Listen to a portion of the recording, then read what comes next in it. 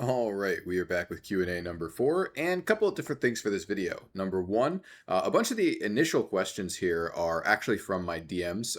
Even though I said in one of my previous videos that there was no way I was going to finish going through my DMs, I lied. I actually did spend a few hours doing that, and I have been through all of them at this point. I have pulled a bunch of questions out of them that I thought were interesting enough to talk about in a Q&A video.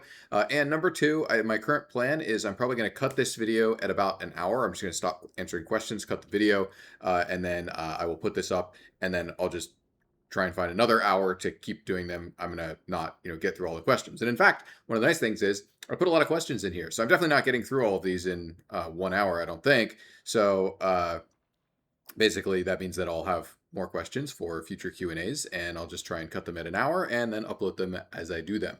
And yeah, so let's get into some of the DM questions. So starting out with number one, I'm curious why AP Twitch is allowed to exist. It seems to be the exact same play pattern as AD Twitch, but with just much sharper edges. It is just a more feminine version, which since it deals true damage, has very little counterplay. It also leads to toxic sexual behavior like AP Twitch mid support. So separate things here. I do think that the way that AP Twitch is constructed, especially the previous version of AP Twitch, where he was much stronger early game and didn't scale as well, right? Not talking about that literally the current version is in the game, which actually scales, not as well as AD Twitch exactly, but like decently. The version that was much more functional as a support, especially, I think led to some gameplay that wasn't great. I think especially the Twitch support doesn't show on the map, and then every laner has to just like play under their tower on the enemy team was like really undesirable gameplay. Of course, role quests have changed that, and the fact that just AP Twitch isn't as good in the first few levels has changed that a lot. But there's a big difference between this build encourages behavior that isn't desirable versus like this build encourages gameplay that isn't desirable, right? I want to make a clear distinction there because those are not the same thing, right?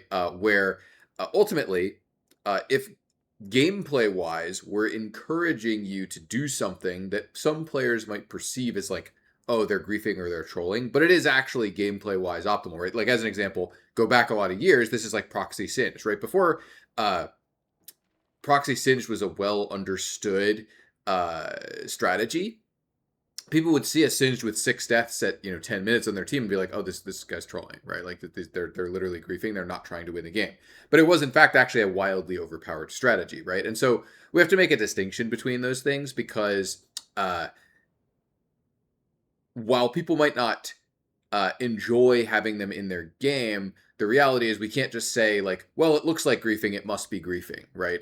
So I want to be clear that those things are separate. But let's wrap back around to the actual question here. Like, what about AP Twitch? So first of all, I don't actually think that the play patterns are exactly the same, right? Like that is something I want to be pretty clear about. Of like, AP Twitch is all about E, right? AD Twitch doesn't even care that much about E in it, like for most of the game, right? The higher and higher level AD Twitch gets and the more items he gets, the less E matters, right? Whereas AP Twitch, first of all, doesn't do mostly true damage. That's one thing I also want to note here is that while there is an AP ratio on the true damage on the passive, most of the damage and most of the interactions you're going to be having with AP Twitch is actually dealt by E, which is a mix of physical and magic damage, which I dislike for other reasons, right? I really dislike that we have a magic damage AP ratio on a physical damage spell. And that's part of the reason, like one of the reasons that I personally don't love AP Twitch is that you can die to AP Twitch, open up your death recap and be like, well, I seem to have been dealt 1/3 true damage, 1/10 physical damage, and the rest is magic damage. And I'm not really sure what I'm supposed to do about that, right? I think it has the same problem of some of the like on-hit Katarina, like Kraken Slayer, when Kraken Slayer was true damage builds, where you'd open up your death recap and be like, that is a French flag. There's 1/3 white, 1/3 red, 1/3 blue. I don't really know what I was supposed to do about that. And I don't think that that's great. That it's basically like you're not given a clear direction in how you're supposed to counterplay the champion or like what you're supposed to buy. And I think that's especially like compounded by the fact that when AP Twitch appears on you in stealth, and just starts attacking you or throws W at you or whatever. It's also that also compounds this of like it's often not clear what you were supposed to do because the actual answer was you probably weren't supposed to be there. Or you probably were supposed to wait to show until AP Twitch showed, or you needed to have deeper vision and like things that are not exactly the most clear counterplay. But to be clear, there is counterplay, right? Like this is the same thing with Evelynn, right? Where it's like, well, with Evelynn, one of the things that's effective sometimes is warding her camps, or warding, or pinking choke points, such that she can't walk through them without being seen, right? But when the counterplay to something is, well, you should have done something 30 seconds ago, that's often less clear to players. But it is important we have some of those things in the game because those types of longer term and strategic counterplay are important to have in the game because not everyone can or should be Yasuo, right? Like for for the fact that we have a lot of Yasuo type characters in the game where it's like, well, the counterplay is to not get hit by Q3, right? Like if you just don't get knocked up, you're kind of chilling in lane, right? A lot of the time, if you stay away from the minions, there's all sorts of small positioning and small in the moment interactions that you can work around with Yasuo or when you're playing against Yasuo. And for the most part, that has very little to do with the overarching, like, where were you on the map and what were you doing 30 seconds ago? Those largely don't matter when you're playing against Yasuo. But when you're playing against champions like Twitch and like Evelynn, they do. And it's good to have different types of champions in the game that have different types of counterplay so that there are different experiences that you have, and you get to have a variety of experiences both playing as and playing against. Variety is good. As long as it doesn't push too hard on frustration and things that are like that feel like they're not within the bounds of the game. Anyway, I've gotten sidetracked again. So anyway, what I'll say is I'll wrap around here to I'll reiterate. Number one, I don't actually think AP Twitch is that similar in terms of its combat pattern comparatively to AD, because AD just becomes, yeah, I just press R and I auto attack people, and my E is not important to the pattern at all. I use Q for an AS steroid and to get close and to get an angle on R, and I just want to hit as many people with R as possible. AP Twitch is a little different, where W position, like the positioning of your W matters a lot more. How you use your W, because it's a more powerful slow, matters a lot more. And you are much more about, okay, does this E plus the passive stacks I have on people, do they actually kill? And if they don't, you don't really have anything else, right? When you're AP Twitch.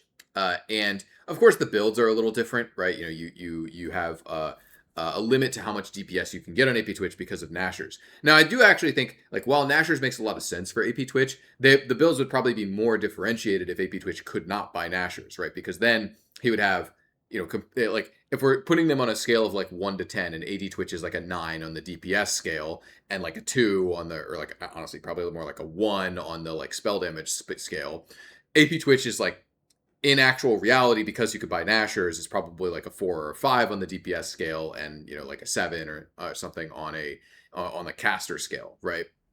Whereas if Nashers if we hand wave like Nashers doesn't exist for AP Twitch, he that would be like a 3 on the DPS scale or a 2 on the DPS scale, and probably then we could make it like an 8 or a 9 on the caster scale, whatever. That's not that important. But the short of it is, why is AP Twitch allowed to exist? Because we generally believe that the current version, right, the one that's in the game right now, which is actually quite gold hungry, right? You need a lot of money to scale AP Twitch in the current game. It is not like the previous versions where people played AP Twitch and it was actually good.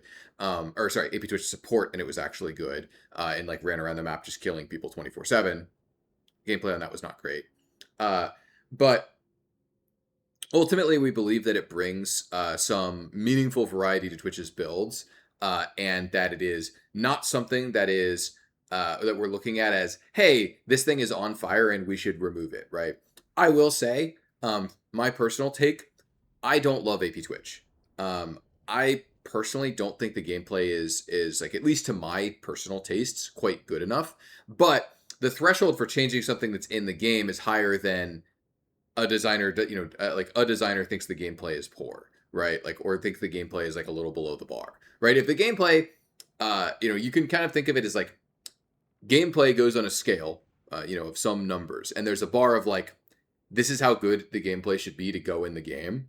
or how good you believe the gameplay will be to go in the game. The bar to remove stuff, or like the threshold for removing, is more strict, where it's like, well, once something's in the game, people will get attached to it, right? The cost of removing it once it's in the game is higher than the cost, or higher than the bar that we have for, or the higher than the threshold that we believe for adding it, right? Like once people get attached to something and start playing it and they really like it, the cost of removing it is higher after that fact, right?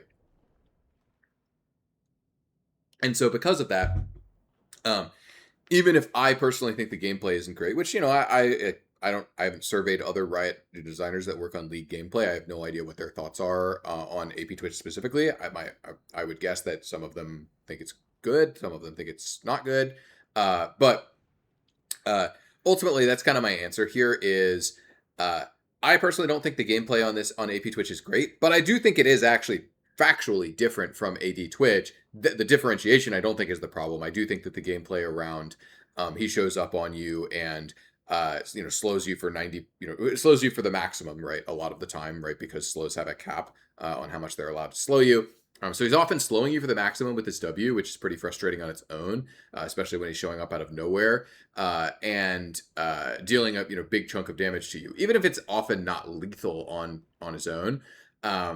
I do think the way that AP Twitch does his damage is pretty frustrating, and it's the kind of thing I wouldn't be shocked if we revisited in the future. But right now, it's not really causing significant problems. It's not really causing the like support / mid stuff that that was around and like much more commonly played in the past, because AP Twitch is so much more about scaling now, right? The current version is much more ratio driven. And so running around and killing people in the early and mid game is much less powerful, because you just need a lot of gold in order to get to the point where you're good at doing that.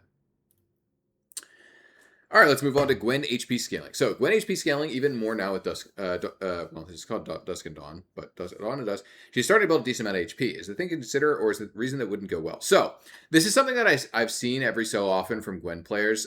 It's the statement that kind of boils down to something along this line, which is like, stupid Riot, they want us to build HP, but they don't give us HP ratios. Idiots, they should need to give us HP ratios so that we build like a fighter. This is like multiple fundamental misunderstandings of what Gwen is. Gwen is not Mordekaiser, and Gwen is not AP Darius, right? Gwen is supposed to be AP Fiora, right? Not literally exactly that, right? But in terms of shape, Gwen is a champion who has an incredibly powerful defensive tool that doesn't care that much about her health, right? This is her W. She has high frequency, low power dashes, her E, right? She is supposed to be a light fighter, right? And we don't really like it when light fighters get to build really durable, right? There's a reason why when Fiora was released and she was building Titanic Hydra and was getting very, very durable, she was changed in order to be more favorable towards higher damage items like Ravenous Hydra, and was encouraged to build less health, less durable, because these champions with these very, very, very powerful defensive spells, right, like Gwen W or Fiora W, or what's another good example of this on a light fighter off the top of my head? I don't know, like Riven E. These very powerful defensive spells that, especially the ones that scale with offenses like Riven E. These very powerful defensive spells that don't require you to build defenses to be effective. We don't want those spells to be on champions that are building super, super durable, right?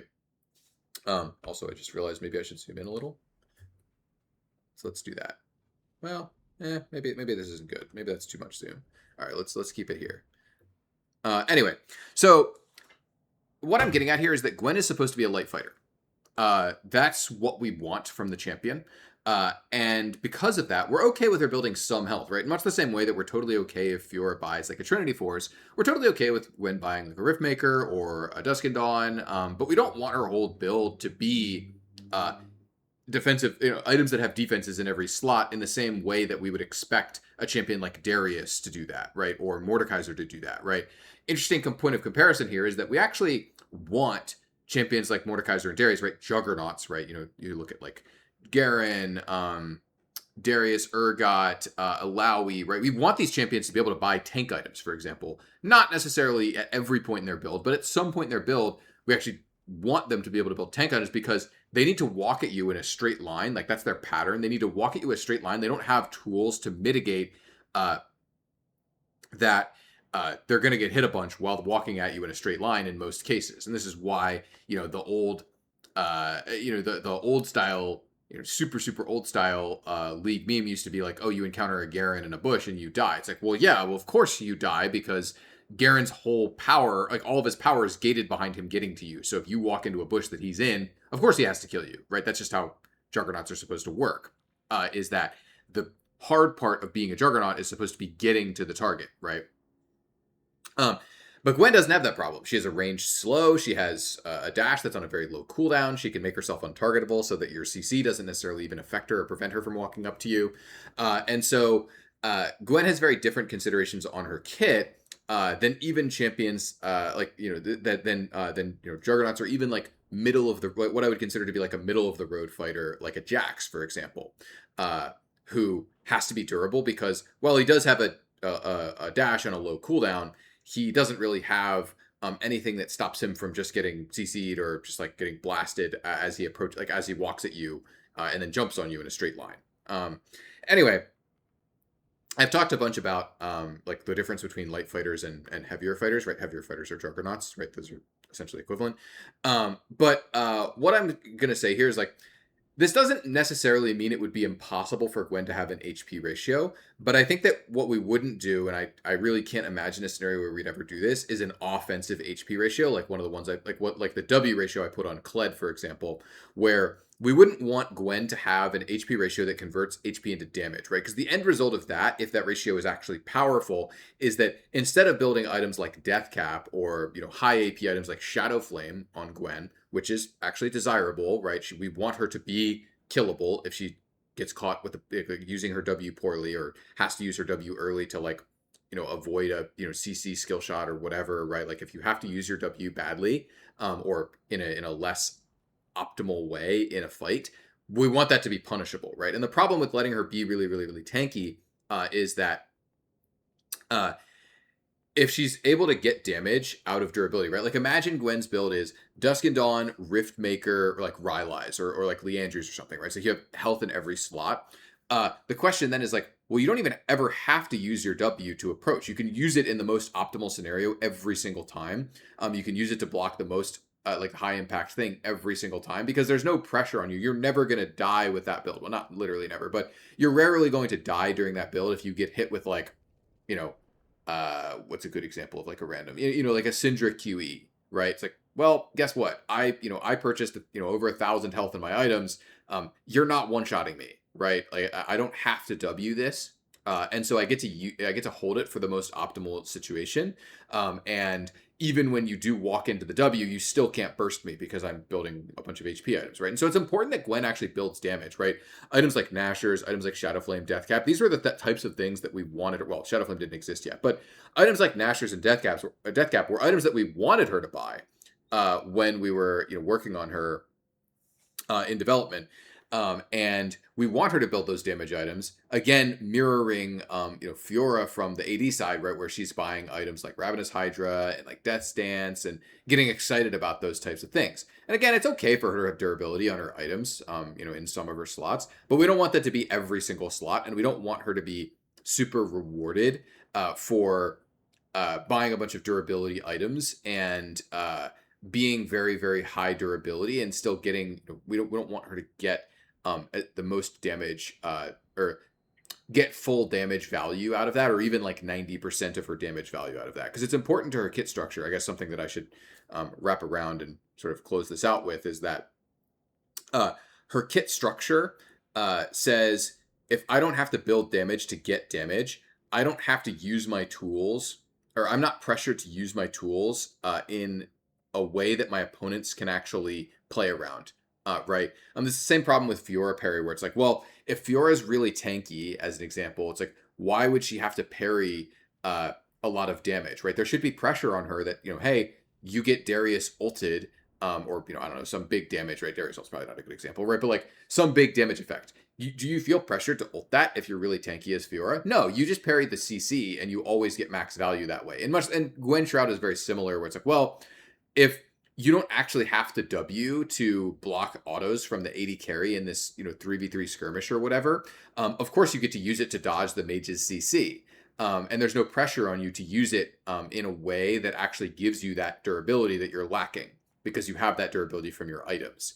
And so from that perspective, again, to sort of wrap this whole topic up, it is important that Gwen is not allowed to build infinite durability, and that she doesn't have damage that scales off durability. Now, I do think, like, if we wanted to put like a small HP ratio on like the W resists or something, I guess I wouldn't be offended by that. I don't think it's good for her, right? But like, there are alternate constructions of the item system where maybe that might be more positive, especially given the existing of Dusk and Dawn now, and like maybe we want to support that build a little better. But ultimately, I think it's generally preferable if Gwen is heavily incentivized to buy a lot of AP and buy items that don't have durability on them.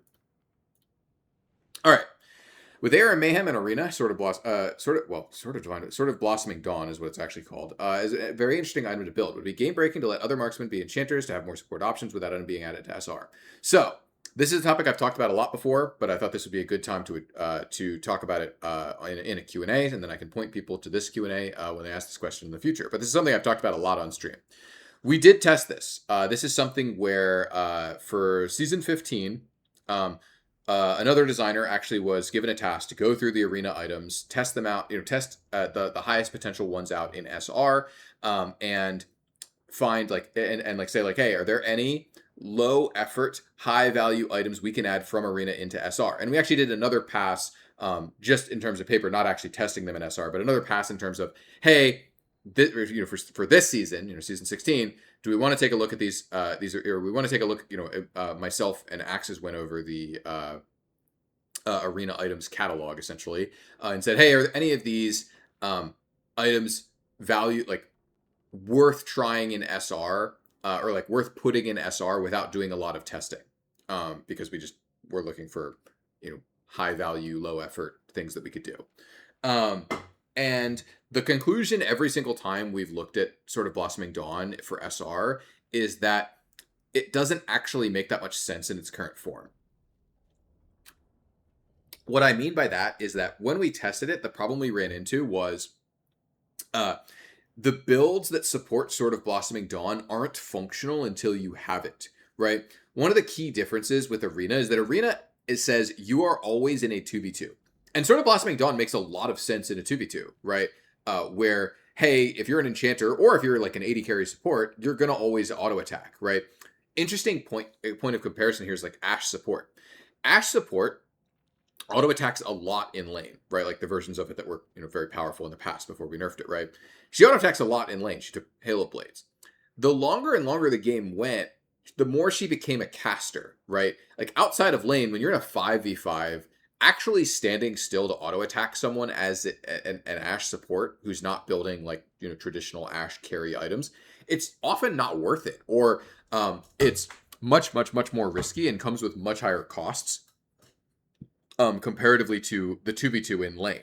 And so because of that, sort of Blossoming Dawn, because first item completion for supports tends to come in towards the end of the laning phase, it really is very awkward as a legendary item in SR, where you end up in these positions where it's like, okay, cool, I finally got my item that makes me really good in the 2v2. Oh, the 2v2 is about to end. And we need to start getting into, getting into situations where we're just, mostly 3v3ing, or like 5v5ing or 4v4ing, and you're not really going to see many 2v2s by the time you finish your first legendary as a support.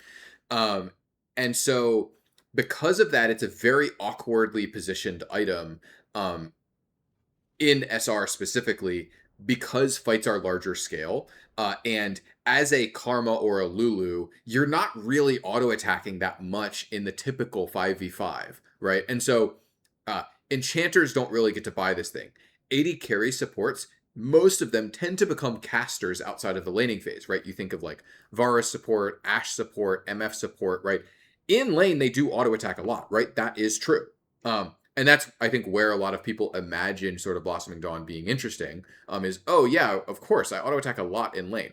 But if you think about how these champions actually play outside of lane, they start attacking less and less and less because the fights get larger and larger scale, and it becomes more and more suicidal for them to actually engage in their auto attack patterns, in particular because they can't build the same items that actually reward them for attacking, right? You spent an entire item slot getting sort of Blossoming Dawn, and that item has to be balanced, right? And so, uh, in a world where that item has to be somewhat tuned, and doesn't have like augment synergies to support it, and doesn't have all those external synergies to support it, that causes difficulties in actually accessing the pattern of sort of Blossoming Dawn. Now, there is at least one champion that probably would still like the item, right? Which is Senna, who actually has enough range to access that pattern outside of the laning phase, right? This is why Senna gets range per soul and starts at such a high amount of range. It's because when we were testing, hey, we're trying to make an 80 carry that's a support. The pretty clear thing that we found was, well, they need a lot of range. Because if they don't have a lot of range, that auto attack pattern breaks down outside of the laning phase, right? This is why Senna has so much range. And so, theoretically, I guess maybe there's a Caitlyn support build out there, right? If Caitlyn support was at all functional, which it probably isn't.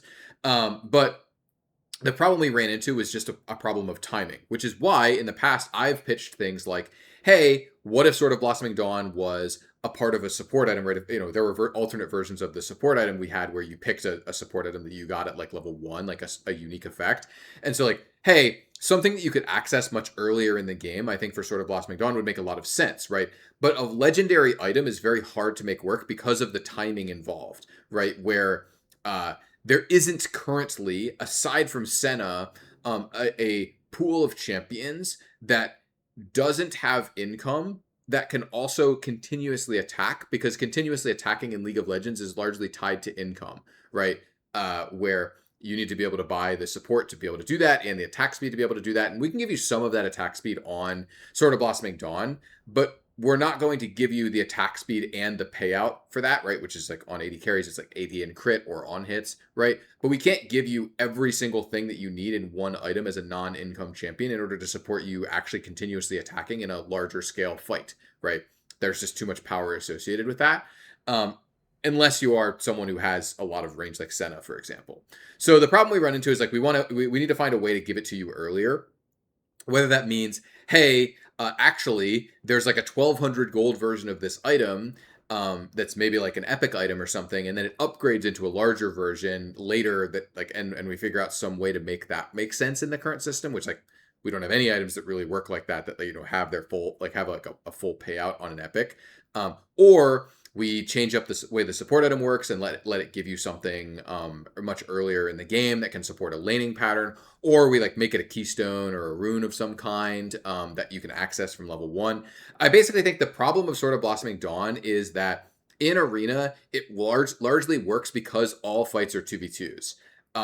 League fights are larger scale, which means we need to give you access to it much earlier in the game for it to make sense. And we don't have a good way of doing that in the item system currently, at least not with our current pattern of items that we have in the shop. All right. Would a 10-second post-ultimate window similar to Yasuo's ult, where Senna's critical strikes reduce enemy damage, be a healthier way to buff AD support Senna, while slightly nerfing carry Senna since it reinforces their intended utility marksman identity instead of AP scaling? So typically I tend to not respond to like this, very specific pitches, because it's just like, well, very specific pitches, they could be good, they could be bad, right? It's just not that meaningful. But this one I thought was interesting enough to talk about in terms of like the perception of like this mechanic. I think is interesting to talk about, and the perception of the way that people view carry Senna versus support Senna, I think is interesting here. So the short of my answer here is, number one, I don't actually think we want to give Senna a combat steroid on our ultimate, right? I think August would say he actually likes it when Senna feels empowered to like ult across the map, and the top laner actually like likes having Senna on their team, because sometimes they're in a crazy 1v1 or like a close 1v2 or whatever, and their Senna ults and has influence on that fight. Like Senna having global impact is one of the ways that August wanted to make people feel good about having Senna on their team, because of course Senna comes at the cost of like, hey, you're a ranged squishy support who isn't like a hardcore enchanter that's going to be like Karma REing the whole team or Lulu ulting people or whatever, right? It's like, and so that's one of the things that I think like we want Senna to feel empowered to globally ult. So we probably wouldn't want to do the combat steroid for that reason, right? That's one knock against this. Another thing here is uh reducing enemy damage is one of the most mismatched satisfaction to power ratios effects in the entire game, right? We've tried this a number of times, right? This was on the old Urgot passive. It was on the mythic Iceborne Gauntlet. It is something that we know for a fact is extremely powerful. Even reducing enemy damage by like 5 to 10%, it's extremely powerful. However, it is deeply unsatisfying. No one has ever noticed that they reduced the enemy damage by 5, 10, 15%. This is why Shrink Ray in Arena, as an example, has to shrink the enemy's model by so much, and it's still not a very satisfying augment, right? I think they actually removed it from ARAM Mayhem for that reason. Is like it was visually very noisy and deeply unsatisfying, despite being factually powerful. I don't actually know if they removed it, but I haven't seen it when I played ARAM Mayhem recently, so I think it's not in anymore. Anyway, reducing enemy damage is just horribly mismatched satisfaction to power, and so I generally think like unless we really truly have an incredibly good place for it, where it's just like the best mechanic that we can have, we generally just don't want to do this. Like it's just really deeply mismatched satisfaction to power ratios like this are just like not super desirable to have in the game, because it leads us to a place where we end up in with situations where it's like, oh, this champion is 51%, but people are complaining that they're underpowered because actually they're doing something that's really powerful but not satisfying or like noticeable at all. And so it's very hard to make those kits to have people be satisfied with the kits that have the like power in these types of effects, or a lot of power in these types of effects, and also have people be satisfied playing them. It can happen, especially if they have a lot of effects in their kits that are high satisfaction but low power. But it's just the kind of mechanic we generally don't want to like be actively using unless it's like perfect for the situation that we're in. And to kind of wrap it all up, in terms of utility output for crits, comparatively to AP scaling, I do think that like is a somewhat compelling argument to me. Like that, hey, what if Senna had some of her utility outputs tied to crit, compared like instead of AP scaling, right? But the way that I would look at that is like, hey, what about like armor shred on crit, right? Like we could just say Senna shreds armor on crit or something like that. Or hey, what if you had a crit ratio on the heal on your Q, which I don't know, maybe she has. I have no clue. August is doing out there doing some wild stuff. I think, does she still have a lethality ratio on the Q heal? I don't know. It doesn't really matter. Anyway, point I'm getting at here is I would be looking at more traditional areas, like areas that are satisfying. Hey, I built a crit item, or I got crit for my passive, and I can see that my Q heals more, right? I do think that is reasonable, but also the AP ratios to me on Senna aren't crazy to have that. Hey, she can build some AP, get some enchanter items, and those aren't useless on her. I will say that like the way that Senna's builds have been tuned over the years are definitely kind of wonky, and I think can be awkward at times where, hey, there's like 1 or 2 patches every year where you build, full enchanter Senna and it's, 56% win rate or whatever. And we have to, change your builds around. And then it's, okay, now you build, Black Cleaver and then you build a, Echoes of Helia or whatever. And it's like the builds are very wonky and like mishmashed and stuff. And it's like hard for people to understand why her builds are good. That part's not super desirable, but I think the fact that she can have multiple different builds is totally fine. And whether her builds are, hey, I'm doing a lot of damage, I'm sort of like an off carry as in the support position. Okay, that's fine. Oh, you're more enchantery. You're building, Whispering Circlet into Echoes of Helia, and you're kind of doing a lot of enchantery stuff, and that's good. I think that's totally fine as well. I think when she only has when she has a very limited number of builds, it can be awkward if she has AP ratios and that makes her feel like she has to shoehorn an AP item into her standard support build. That can be weird, but I don't necessarily think that that's wrong. It's just can be awkward. Like she's just going to be she's a champion that's going to have an awkward build sometimes because she's doing things that no other champion is doing, and therefore isn't someone that the item system is designed to support exactly. So ultimately, Would it be nice for her to have some kind of crit scaling utility? Yeah, I think that could be good for her. Does that necessarily mean that she, doesn't have to, like, the AP scaling is undesirable? No, I don't think so. All right. This one is a question I prepared for ahead of time when I was putting these in the doc. So next, the top lane rock comes up. For those of you not familiar with the top lane rock conversation, it's something I've talked about where some of our champions with terrain interactions like Ornn, Camille, Poppy can feel awkward about their terrain interactions in lane, especially the non-Ornn ones, because obviously Ornn builds his own terrain, so he doesn't care as much about this. But I came prepared. Let me switch my scene over to the paint scene. This is supposed to be a representation of top lane. Obviously, it's not very good, right? But this would be like, this is where the minions come in, right? Like this line here. Oh, this is green. Okay, let me undo that. I don't want it to be green. So like, let this red line, like minions come in here from blue side, minions come in here from red side, and so you would meet. You'd have minions. Here are your 3 melees, and here are your 3 casters or whatever, and they meet here. So these green circles are bushes. Here, these green circles up here. Actually, I don't know if you can see my cursor. I don't think you can. Here, let me change this back to black. So like this green circle here is the bush. This is the bush. Here is the alcove, right? This is the alcove. Obviously, this is horrible. Don't worry about that. So anyway, what I'm getting at is this blue circle is where I imagine that a rock would go. And we did test stuff like rocks in this space, like smaller rocks in this space. And I want to be clear that when I say rock, I don't actually mean a rock that blocks vision. I think what we'd probably want to do is the deep water mechanic from Arena, so that it doesn't block vision, but it does block movement, so that there's some terrain to interact with, but you can still access the brush down here, which now has a phalite in it, actually, in the mouth of the river. But the whole area isn't just like this open, empty void, right? Like this space here that I'm circling is just this giant, open, empty void that, there's like, it's very hard to get terrain interactions in if you're Poppy or if you're Camille or whatever, right? Like basically if you're not Ornn. And so this is where I would imagine that that rock would go. Again, we tested very briefly versions of this like years ago when we were doing the season 14 changes. It was just by the time Phlox was like realized like, hey, the top lane is too open and we're gonna, we might want some terrain interactions. It was too late because environment art takes a really long time to make. You have to like lock environment art gameplay wise months ahead of time to be able to ship it, because it's just like League's map is hand painted. It just takes a long time to work on. And so because of that, by the time we discovered this, it was too late to do the environment art. But it's something I could definitely see us exploring in the future, making sure that this super open top lane is not too open. Anyway, let's go back. Hopefully that was useful. If not, sorry. It is what it is. Anyway, but yeah, this is what you get for where the rock would be is towards the mouth of the river, and probably not blocking vision is where I would imagine where we would start, right? Now, that's not to say that's actually where we would end up if we said like, hey, let's say we opened up a task and we said, hey, we want to make sure the top lane terrain is correct, right? I think that would start as, what if there's a deep water rock here for some terrain?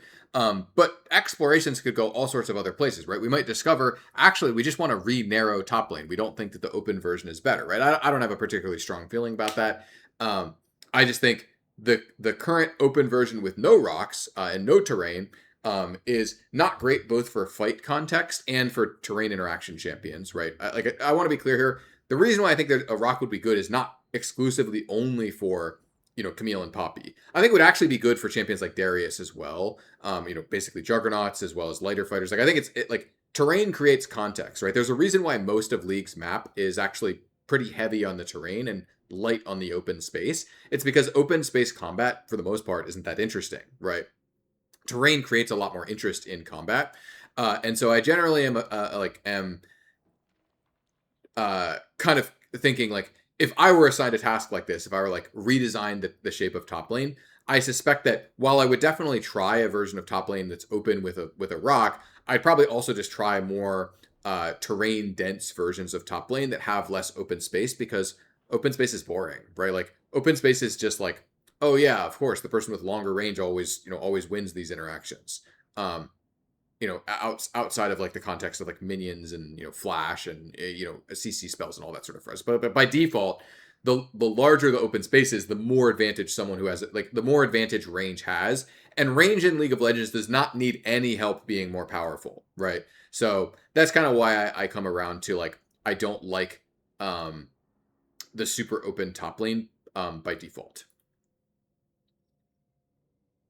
All right, so this is a question. I've gotten a couple questions. This one's from DMs. I have another one in my server, which I check marked, about the Fiora Q prioritization. So this is a question where I'm just going to tell you straight up, I do not think that we will change this targeting priority for several reasons, right? But the question is basically around like, hey, you're Fiora, you want to queue a turret, and it'll sometimes, like it'll prioritize champions over turrets. Is there, what if I targeted the turret? Could that let me prioritize the turret, right? So ultimately, I think the answer is no.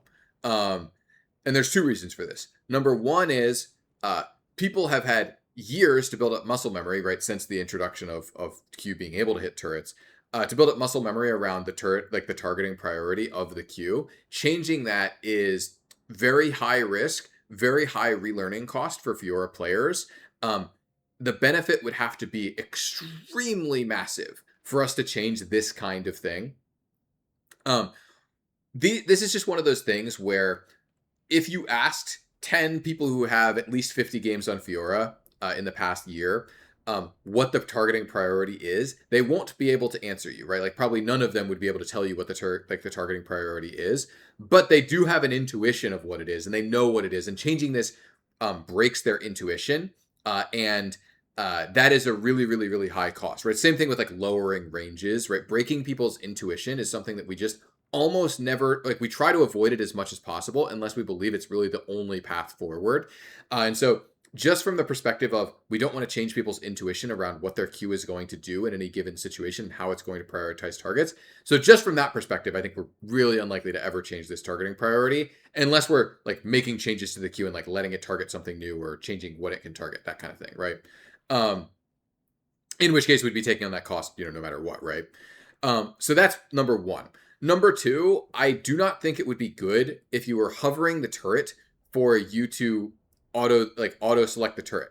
The reason for this is that Fiora Q is not a targeted spell, right? I think this is very different for if Fiora Q was like Tristana E, right? Like Tristana E, you just hover the turret, you select it, right? Like that's totally fine. The reason why this doesn't work for Fiora Q is that Fiora Q is not a targeted damage spell. It's a dash, right? And we consider the dash portion of the spell to be the most important part, right? That's why you target where you're going to dash, right? We could have an alternate version of Fiora Q, for example, where you target a player and it just gets you in range of that person, right? That's a less interesting version of Fiora Q, though, and we think that it's important that you select where exactly you're going to dash, right? This leans into Fiora's vitals and like her gameplay of like needing to dance around the enemy and that being really, really interesting and compelling gameplay for Fiora, right? And so we want the Q where your cursor is, that needs to be the dash. And so having something where there's an additional layer of context on where your cursor is that is not about your dash is really undesirable for targeting of spells. In particular, the really terrible thing that I can imagine resulting from this, if we were to put like, hey, if your cursor is on top of a turret and you Q it, the Q hits the turret, is you're diving, the enemy is hiding behind the turret, you literally can't Q them, right? Unless you don't Q the turret. But what if you want to dash towards the turret, right? Does this mean that now you have to do really fine cursor precision near the turret while you're diving someone? We've now just like made it significantly hard to dive someone on Fiora. Basically, the juice is not worth the squeeze here, right? I don't think that solving this problem is worth it, ultimately. Does it mean that you can't Q turrets sometimes when there's a champion under the turret? Yes. Are any of these like the solutions that I can imagine worth the cost? No. I just don't think this is something that we can we can solve without paying a higher cost than the upside that we're getting from solving it. Like, yes, of course, it would be awesome if you could queue turrets while champions were nearby, or while champions are close to the turret without issue. That would be great, right? Don't get me wrong. I think that would be nice. But all of the solutions I personally imagine are like the solution is worse than the problem. And so therefore I say, okay, this is not worth solving. Let's move on. Which, I like, I'm not saying that in the future we might not come up with an alternate control scheme where we have a better solution, but given our current state of the controls, like of controls and the way that Fiora Q works, I just don't think it's worth solving. All right. League items feel like they have an issue of general usability, meaning that most builds end up feeling really samey with the exception of a handful of niche counter items, e.g. Randuins. Is there a place for more niche counter items? This was going on until like, oh, you can have more actives, etc. Right? This is a comment from the Discord. This is, I think, a fundamental misunderstanding of what League's item system is. League's item system is not designed to be a highly variant, change your build every single game, become the item master who's always selecting the same items and you're winning by selecting the right items in the shop every single game, right? That's not what it is, right? League's item system is largely power progression for champions. And it has a bit of that kind of tech sprinkled in of like, oh yeah, this is a really good game for GA third.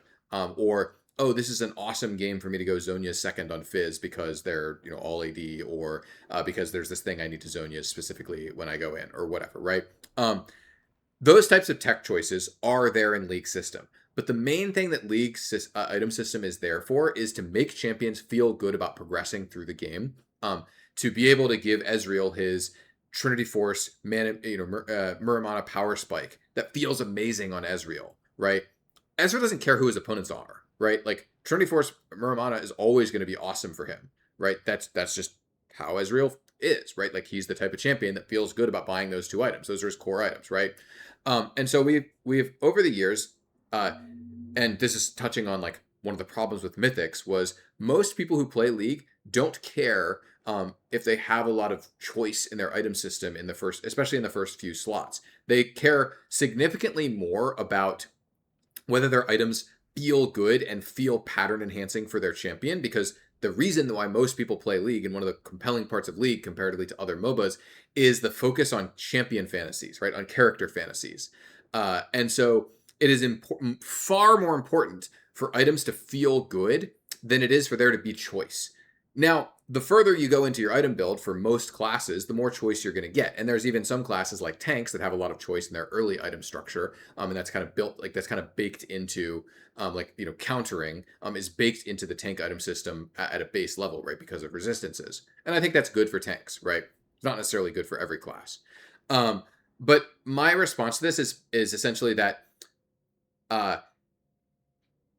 this is a misunderstanding of what, saying I want more counter items, or I want more counter items, especially in the earlier slots, is a misunderstanding of what League's item system is for.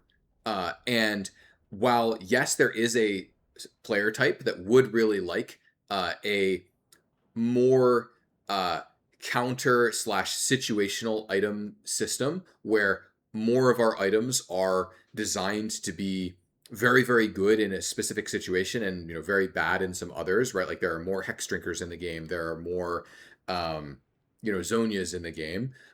Most players are the type of player that more wants a Trinity Force Manamune item system where the items are tailored and feel very good for their champion, and they enhance their champion fantasy as much as we can possibly get there.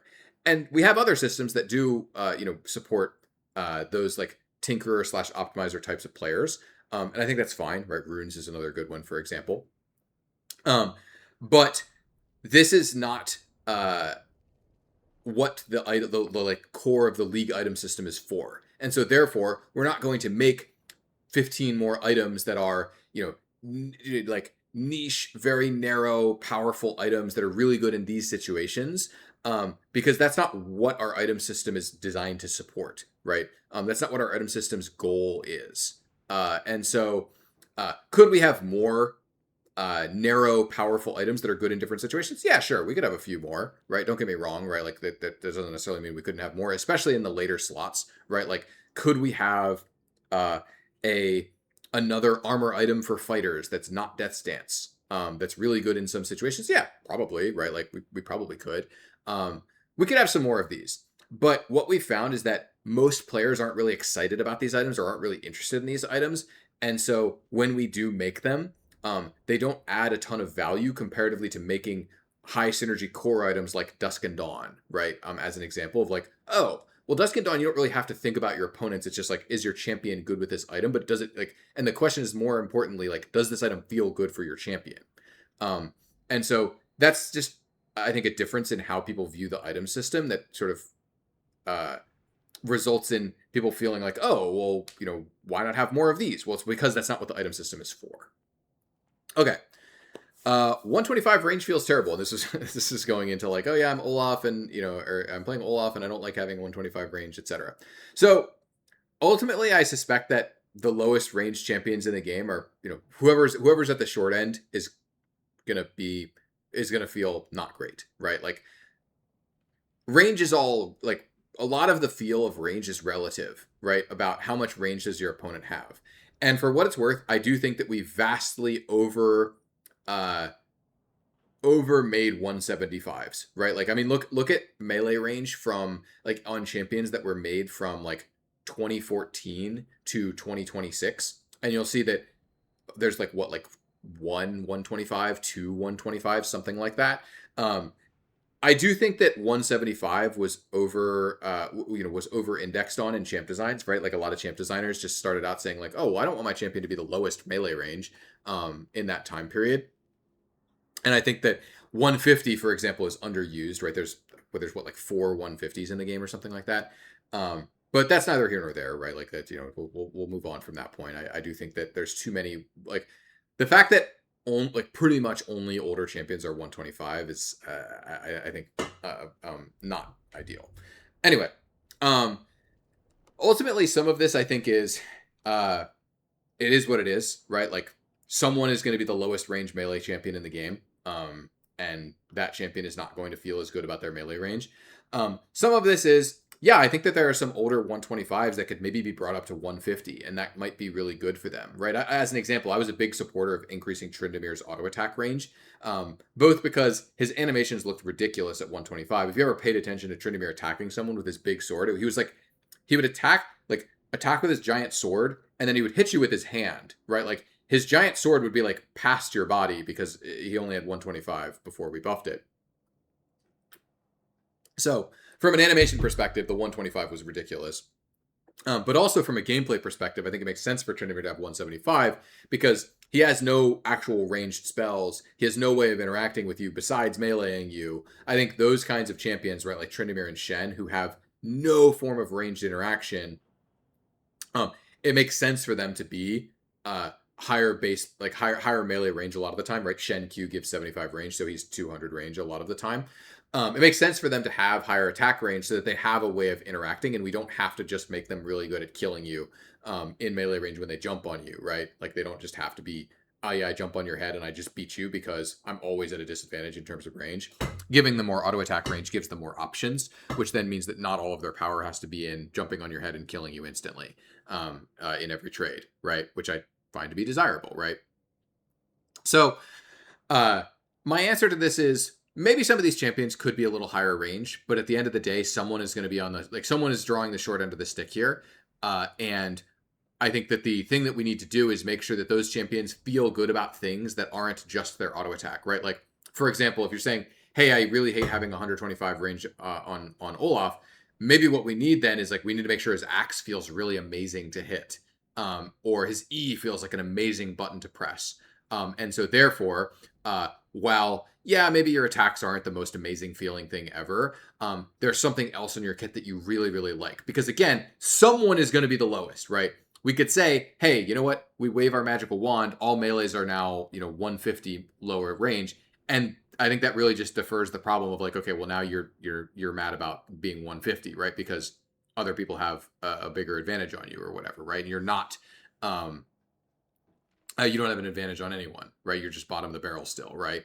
And so I think a lot of this to me just comes down to making sure that champion kits that are 125 feel good about the way that their auto attacks play out, right? Like, for example, I don't think Jax feels too bad about 125 because he has W to extend his auto attack range for trading in lane, and he just jumps on people's head with his Q. And so, like, Jax is an example of a 125 that I think is totally fine to be at 125, and doesn't, and has the right tools to feel good about being 125. Olaf, though, is definitely one I can see of like, yeah, I could definitely see either the argument that he could be 150 or the argument that we need to focus and like make sure that the other effects on his kit are properly satisfying to accommodate the fact that he is 125. All right. Ghosting effect, anti-creep block on all champions baseline. This is something that I've talked about a little bit before on stream. I don't think I've talked about it in a Q&A before. It's something that it's one of these things where things that have been in League since the dawn of time, right? Like since League was created, there's often a lot of resistance to changing them because it's like, well, if it's still in the game at this point, it's probably doing something good, or we would have, seen evidence that it's, doing something bad and like tested removing it or like tested modifying it or whatever, right? So there's a lot of resistance to changing the way that creep block works because there's a lot of assumptions, right? There's a lot of like when this is discussed internally, right? There's a lot of theories about like what good things like, oh, it's great. It's probably great for lane context in like melee versus ranged matchups. It means that the ranged champion can't just harass freely because they'll get trapped because they'll have their movement limited by the minions, and this can give the melee windows to like dash on them or Darius grab them or whatever to punish them. It creates lane context. It creates context around like the way that junglers approach laners and stuff like this, right? I will say, years ago, I was kind of the perspective like, yeah, I mean, it seems risky to change. Like it's been like, whatever it's doing is clearly working for League, right? Like we have good lane gameplay, and why would we take on the risk of changing it? However, in Wild Rift, we actually took this out, right? Minions don't have collision with champions in Wild Rift, and what we found was, hey, the gameplay is still totally fine, right? Like we still have all that great lane gameplay and lane context in Wild Rift. And so this kind of convinced me, hey, it's, I think, kind of been proven out that we don't really need this. And so the question is more so about like, hey, do we want to explore this and like find that do we want to investigate at some point? Like, do we think that this is worth exploring? Because my perspective is, hey, you know what? If Wild Rift can do it, do this, like not have collision with minions, but between minions and champions specifically. Minions still need to have collision with each other, to be clear, right? This is not a proposal of everything is ghosted. I think it's good for champions to have collision with each other. I think it's good for minions to have collision with each other, but I'm less convinced that champions need collision with minions because of some of the stuff that Waters proved out.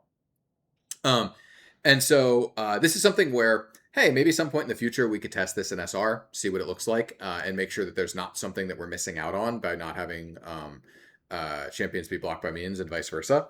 But yeah, it's the kind of thing I think might be something we could explore in the future. But like I said, there are a lot of people that suspect that there's some like long-term value we might be missing out on if we don't have this because of movement context for laning. And laning is something we definitely want to keep pretty sacred in League, right? Laning is one of the most interesting parts of League, and so it is one of the things that we want to make sure that laning, is good, right? Like we want to make sure there's a good, compelling laning phase in League of Legends. All right, so this is another question that I'm gonna talk about here that I've talked about a lot on stream, and I will probably be directing people to this Q&A in the future. When people ask me this on stream, because this probably comes up like, I don't know, once a stream on average or something like this.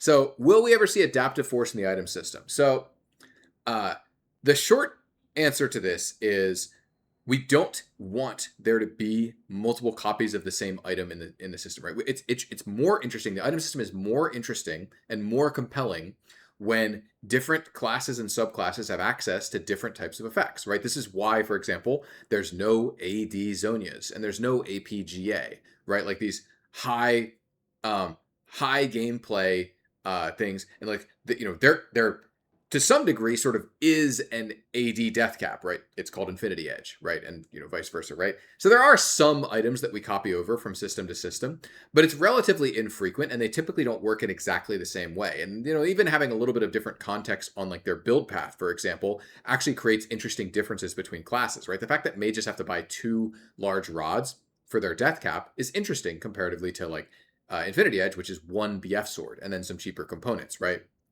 That creates some sort of interesting micro differences between classes, even though they're sort of the same item, right? They're not exactly the same, but they're sort of the same. And so this is interesting, having these differences where not everyone is building the same items or building very similar items every game, right? Trinity Force champions are very different from Yuntal champions, and AP fighters getting, going for something like Dusk and Dawn, it does have a very different experience building that item and having that item completed comparatively to something like Triforce. Even though Dusk and Dawn is trying to accomplish a lot of the same things that Trinity Force does for AD fighters, right? And so these differences are part of what make different champion fantasies and different subclasses interesting and fun to itemize, right? Kind of to what I was talking about earlier about like the item system is primarily there to enhance and empower champion fantasies. That's one of the reasons why we don't want these these highly flexible adaptive force items in the game, is because they degrade the differences between our subclasses and make our subclass differentials less interesting, right? Now, all of this having been said, I do think that there are some kinds of items that could benefit from adaptive force, right? Specifically, the one that I've called out in the past is Hullbreaker, right? Where something like Hullbreaker isn't really an item in the traditional sense. It's basically a commitment to a playstyle of saying, hey, I am not going to be as effective as a team fighter if I buy this item, right? Like the older Hullbreakers that said you have to be alone to get the effect of the item, right? Not necessarily the current one, which is more of like, hey, this is a health on hit item that has some mild pushing properties, but they work perfectly well when you're with your team. And it is probably better when you're alone, but it's less indexed into that. But the older Hullbreaker, where it was intentionally a part of the item system that was designed to support split pushing, which was an under-supported strategy at the time, that we said, hey, we want AD fighters to be able to opt into a split pushing item. I think that would have totally been a reasonable item to have adaptive force on, from the perspective of, hey, Mordekaiser and Gwen can totally have access to this item, and this is more of a play style gold cost, like a gold cost to opt into a play style, more so than a gold cost to enhance your champion, right? And so items that aren't designed to be champion pattern enhancing and aren't designed to be a serving a need of your class, like serving a need of your specific subclass only, are the kinds of items that I think could have adaptive force on them, and that could be supported and something that we could definitely work with in the future. Where hey, maybe that could be something where, like, hey, let's imagine we wanted to make imagine Sterex Gauge doesn't exist. We want a fighter item for all fighters to enable them to opt into team fighting, right? It's an item that's going to like scale per enemy champion or something like that, or whatever, right? Like, that version of Sterex we had for a bit, where the shield scaled based on, number of enemies that had recently hit you or you had recently hit.